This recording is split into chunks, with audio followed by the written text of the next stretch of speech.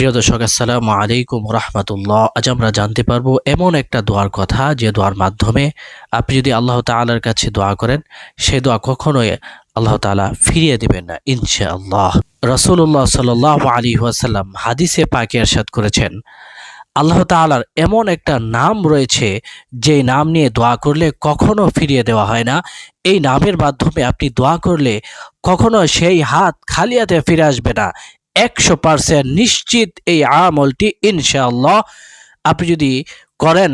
অনেকে তার হারানো ভালোবাসা ফিরে পেয়েছে, অনেকে তার হারানো সম্পদ ফিরে পেয়েছে আমলের মাধ্যমে, অনেকে নিজের পছন্দ অনুযায়ী বিবাহ হয়েছে, অনেকে তার চাকরির সুসংবাদ পেয়েছে, অনেকে আবার এই দোয়া করেই বাচ্চা লাভ করতে সক্ষম হয়েছেন।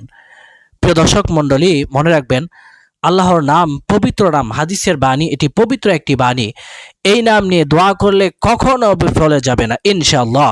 7 দিন এই আমলটি করবেন। প্রতিদিন আসরের নামাজের পর পাক পবিত্র হয়ে একটি জায়নামাজে বসে এই দোয়া পড়বেন, আল্লাহুম্মা ইন্নী আসআলুকা বিসমিকাল আযম। এরপর দরুদ ইব্রাহিম পড়বেন, যেটা আপনার মুখস্থ যে কোনো দরুদ আপনি পড়তে পারেন। নিজের মনের কথা বলবেন, চোখ দিয়ে পানি ফেলবেন, বাঙ্গা হৃদয় আল্লাহ তাআলার কাছে দাঁড়াবেন। চাই যে কোনো রিজিকের পেরেশানি হোক, ভালোবাসার পেরেশানি হোক, হারানো কোনো বস্তু হোক, সন্তান লাভ করা, চাকরি লাভ করা, অথবা হালাল যে কোনো প্রয়োজন আপনার থাকুক না কেন, সেটা যদি আপনি আল্লাহ তাআলার কাছে পেশ করতে পারেন এই দোয়া পড়ে, ইনশাআল্লাহ ইনশাআল্লাহ আপনি 1 দিন না 2 দিন না 7 দিন একটানা এই আমল করে দেখুন, ইনশাআল্লাহ আপনি 100% ফল পাবেন।